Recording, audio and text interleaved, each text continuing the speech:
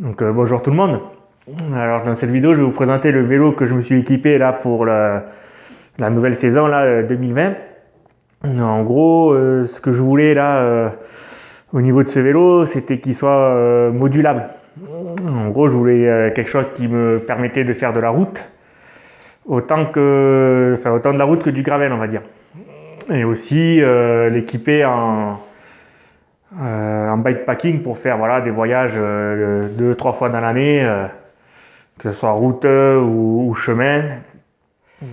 Donc ce que j'ai fait, étant donné que j'avais déjà un vélo équipé, qui était pas mal équipé, disons, il y avait une transmission SRAM en monoplateau avec 11 vitesses derrière, 11,42, un monoplateau devant 38.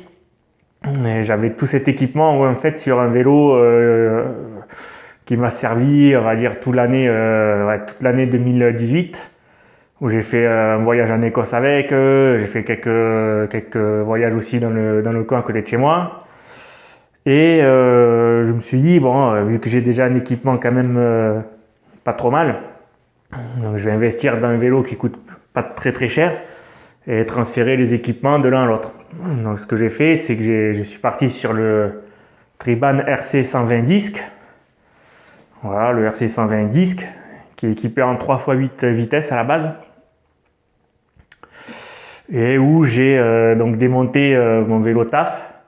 J'ai récupéré la transmission et j'ai inversé les transmissions. Donc en gros, c'est toujours la SRAM Apex derrière en 11,42 avec un pédalier en 38 dans l'avant. Donc les SRAM, manettes SRAM Rival, mono vitesse, mono plateau je veux dire. Donc en gros voilà, ça me fait un vélo équipé avec du matériel quand même convenable et qui permet de passer partout quoi, avec 11,32 derrière, 11,42 je veux dire et 38 devant. Bon, que ce soit route ou gravel, ça passe. Sachant que pour le bikepacking, je pense que j'ai déjà commandé une couronne en 34 dents. Voilà, parce que bon, 38-42, quand on est chargé et bon, on attaque vraiment une grosse côte, c'est quand même assez limite. Sachant qu'en Écosse, j'étais parti avec un pédalier en 36 dents et voilà, à certains endroits, c'est vrai que c'était beaucoup trop fatigant, quoi, disons. Donc avec 34, je pense que ça sera mieux voilà, pour des vitesses moyennes de entre 15 et 20 à l'heure, ça suffit largement. Hein. En Islande, là, mon dernier voyage, j'étais en VTT et bon, j'avais un plateau de 30. Et bon, ça m'a suffi quoi. Hein. En gros, voilà pour la transmission. Ensuite, j'ai aussi récupéré le moyeu dynamo. Voilà, le moyeu dynamo qui m'a permis de brancher l'éclairage. Donc les éclairages Buchen-Müller devant et derrière, qui me permet d'être autonome au niveau de l'éclairage.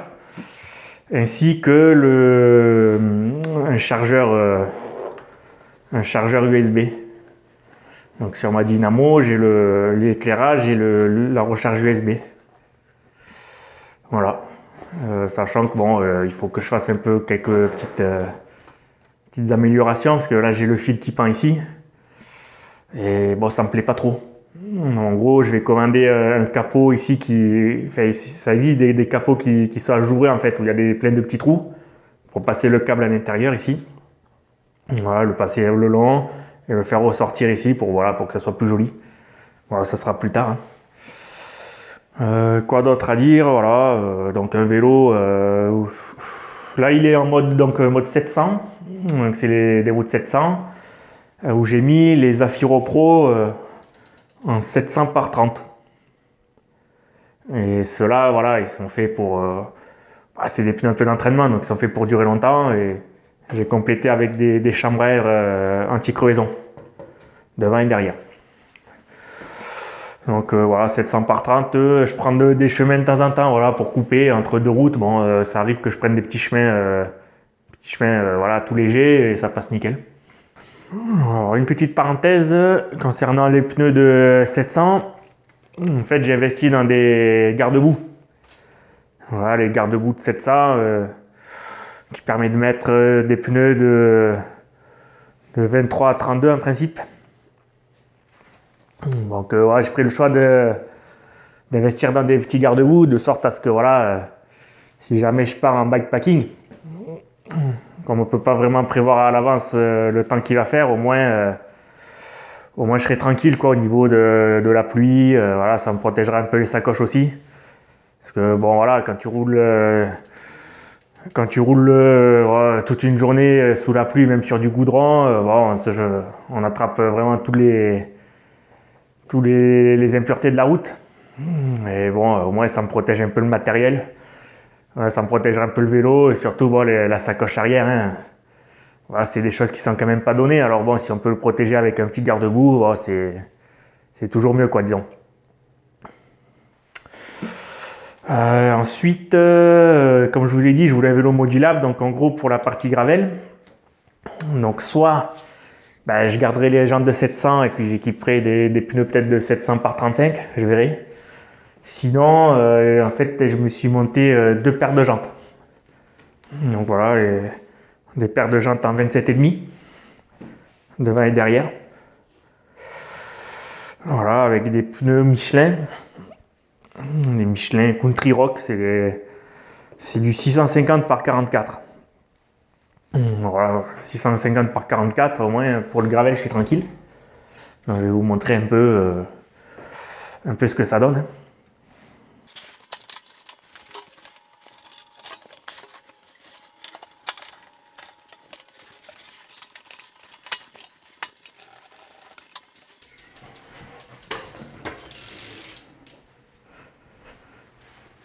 Voilà en gros.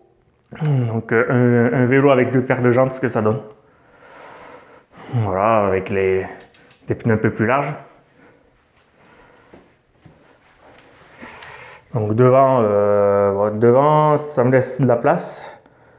Même si ça reste quand même pour du terrain sec, hein, que ce soit 650 par 42 ou 44, de toute façon, à un moment donné, s'il y a de la boue, ça frottera. Hein. Et derrière, il y a un peu moins de place, surtout à ce niveau. Voilà. J'ai fait deux sorties. J'ai pas eu de soucis. Voilà, comme je disais, le gravel, je préfère le réserver vraiment au terrain sec. Puis bon, si jamais je pars longtemps, j'ai toujours la possibilité de mettre du 700 par 32 ou par 700 par 35, je verrai. Voilà, je pense pas que je ferai du voyage avec ces pneus-là. Ça, je le réserve vraiment à des randos d'une seule journée. Donc ça me permet à moindre frais d'avoir, on va dire, deux vélos quoi. Sachant que les jantes chez Decathlon, en 27,5 avec 23 de large, elles sont à un peu moins de 100 € les deux. Les pneus là, les Country Rock, je les ai payés 12,90. Une cassette d'occasion. Une cassette d'occasion, elle m'a coûté 20 €, 25 avec les frais de port. Voilà, j'ai trouvé sur Troc Vélo. Et les disques que j'avais déjà quoi. En fait, je les avais dans mon garage. Bon, c'est pas les mêmes devant et derrière, mais bon, c'est pas grave, c'est pas un problème quoi. En gros, voilà mon équipement pour l'année 2020, on va dire, qui va me servir pour le gravel, la route et le voyage. Bon, si jamais ça peut donner des idées aux gens, vous pouvez toujours si vous avez des questions, vous pouvez me les mettre dans les commentaires, mais il n'y a rien de particulier, quoi. Ça reste du montage classique. Hein. Voilà, pour ceux qui se demanderaient le monoplateau, ça fait des années que j'ai un monoplateau. Je trouve ça mieux. Voilà, c'est vraiment un choix des gens. L'avantage du monoplateau, c'est qu'on peut changer les couronnes quoi, en fonction de ce qu'on fait. Voilà, 38, ça me va bien, même pour la route. Même pour du 30-35 à l'heure, ça va à l'aise. Moi, je fais pas des trucs vraiment de compète, donc je m'en fous. Et derrière, 11,42, pareil, dans les côtes, ça permet de mouliner quand même pas mal. Il n'y a que pour le bikepacking où c'est particulier quoi, quand on a plein de sacoches partout. Je préférerais avoir plus petit, voilà, c'est pour ça que j'ai commandé un plateau 34, donc je verrai bien. Voilà, voilà, j'espère que ça aurait pu aider quelques-uns à se décider sur l'achat d'un vélo ou de matériel. Et je vous présenterai plus tard ce que ça donne en fait équipé vraiment intégralement avec les sacoches. Pour avoir une idée aussi. Voilà, allez, ciao, à plus tard.